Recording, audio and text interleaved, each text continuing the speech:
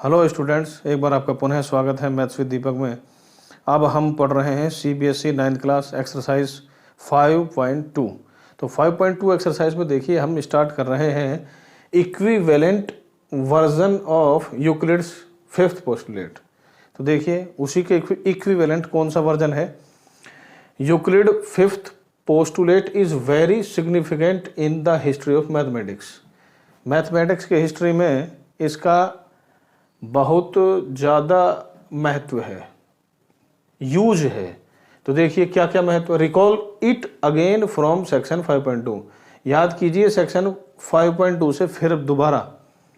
We see that by implication no intersection of lines will take place when the sum of measure of interior angle on the same side of the following line is exactly 180 degree.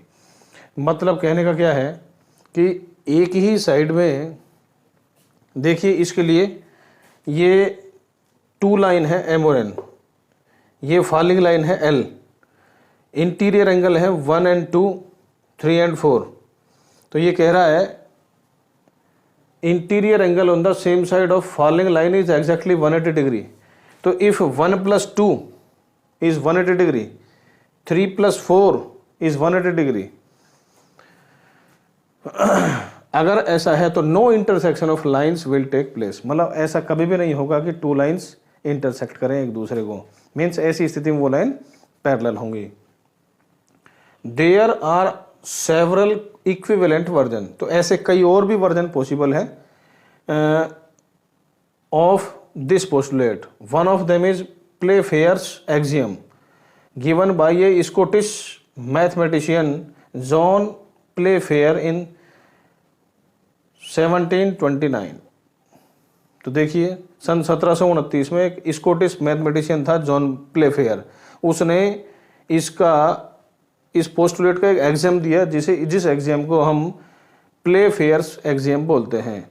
तो देखिए as state below क्या है। For every line L, this is line L, and for every point P not lying on L, ये point P है जो इस line पर मौजूद नहीं है। There exist a unique line M passing through P and parallel to L। तो एक यूनिक लाइन P से पास हो रही है। Unique means one and only one line pass through P which is parallel to L। Means केवल एक ही line ऐसी है जो P से पास होगी और जो L के पैरेलल होगी।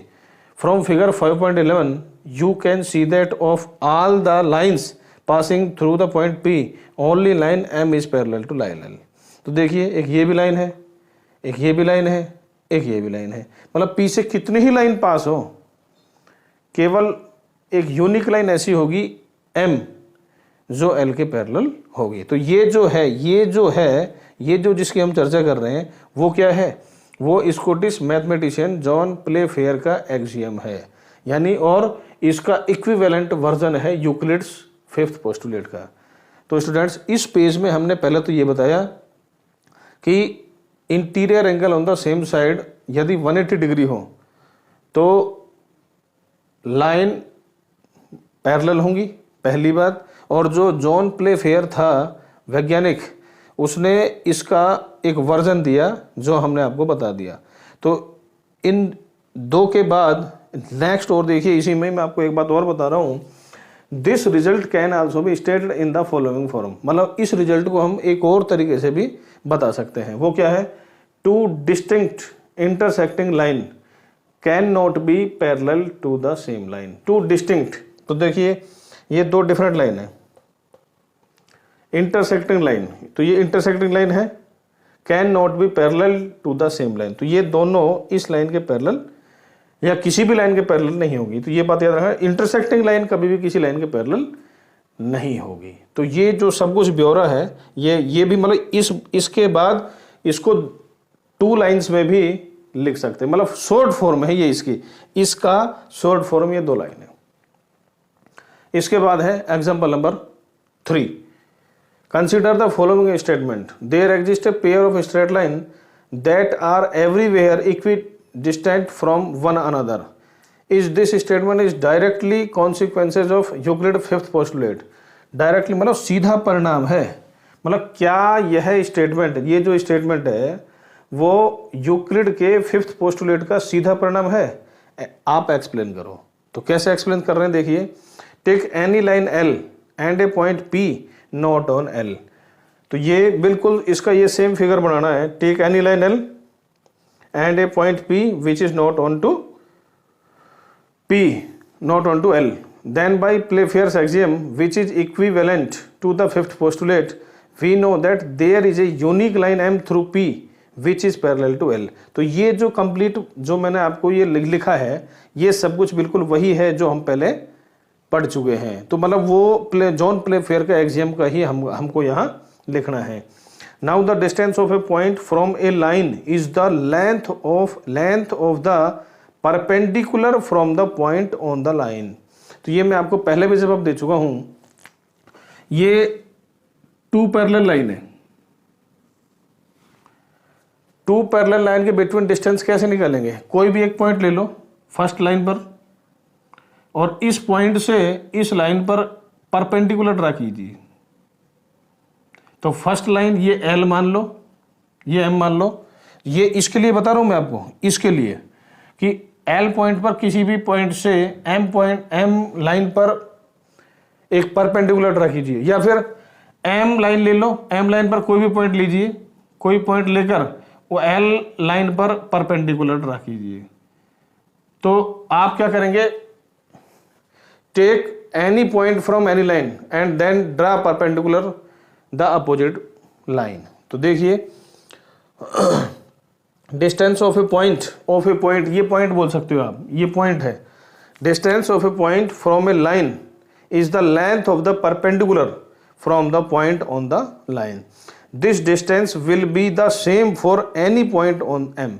मतलब ये जो डिस्टेंस है ये इस डिस्टेंस के इक्वल है। इसी तरह एक और परपेंडिकुलर लाइन ड्रा करें तो वो भी आप सभी की लेंथ इक्वल ही पाओगे। And any point on this distance will be the same for any point on M from L and L any point on L from M। मतलब L के किसी भी पॉइंट से M पर परपेंडिकुलर ड्रा करो या M के किसी भी पॉइंट से L पर परपेंडिकुलर ड्रा करो। L से M पर, M से L पर कभी भी कोई सी भी परपेंडिकुलर ड्रा कीजिए तो वो जो परपेंडिकुलर डिस्टेंस होगी वो ऑलवेज इक्वल होगी। So these two lines are everywhere equidistant from one another। ये दो जो लाइन है, पैरेलल लाइन है, वो ऑलवेज उनके बिटवीन जो डिस्टेंस होगी वो ऑलवेज इक्वल होगी।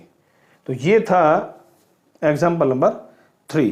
तो एग्जाम्पल नंबर 3 के बाद सभी एग्जाम्पल, एक ही एग्जाम्पल था और एक ही प्लेफेयर का एक्सियम था। उसके बाद है 5.2 के क्वेश्चंस।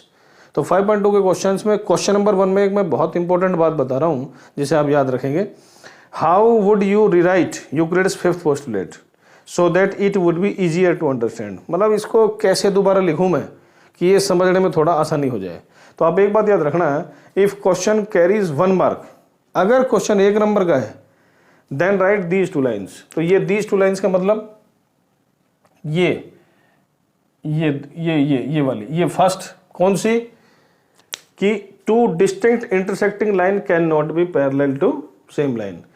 मैं फिर बोल रहा हूं, अगर क्वेश्चन 1 नंबर का है तो ये 2 लाइन लिखिए। इफ क्वेश्चन कैरीज 3 मार्क्स, 3 या 5 mark, then start from Playfair's axiom.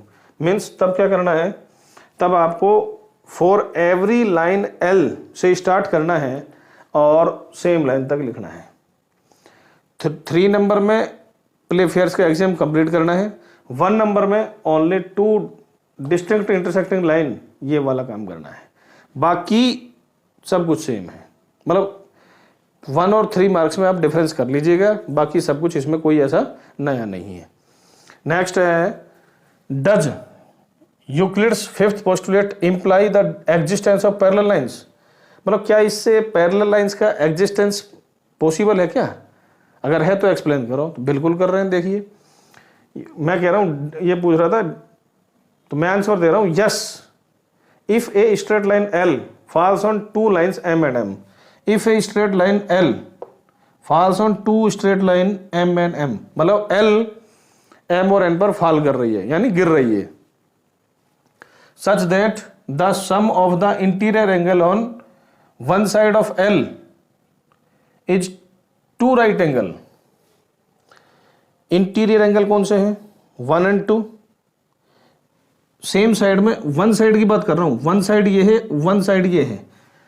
On one side of L is 2 right angle, मतलब इनका सम अगर 1 + 2 इज इक्वल टू 180 है, then by Euclid's fifth postulate line M and N will not meet on this side of L. अगर ऐसा है तो L और M के, मतलब एम और एन के इस साइड ये लाइन कभी भी आगे नहीं मिलेंगी। मीन्स अगर इनका सम 180 है तो ये दो लाइन इनको कितना ही प्रोड्यूस कर लो, कितना ही आगे बढ़ा लो, ये कभी भी नहीं मिलेंगी। और also we know that the sum of the interior angle on the other side. तो देखिए, एक तो अदर साइड है, एक है वन साइड, ये वन साइड। तो एक वन साइड में तो ये है, अदर साइड में 3+4 वाले, यानी इधर वाले साइड। तो ये कह रहा है interior angle on the other side of the line L will be 2 right angles 2। तो 10 they will not meet on the other side also. Means अगर 3+4 भी 180 है, भाई 1 + 2 180 है, तो आगे प्रोड्यूस कीजिए, नहीं मिलेंगे। सिमिलरली 3+4 इक्वल्स टू अगर 180 है तो भी इस साइड अगर हम इनको प्रोड्यूस करें तो भी ये नहीं मिलेंगी। 10 they will not meet on the other side. तो वन साइड भी नहीं मिल रही, अदर साइड भी नहीं मिल रही। अगर नहीं मिल रही तो these 2 lines are always parallel lines.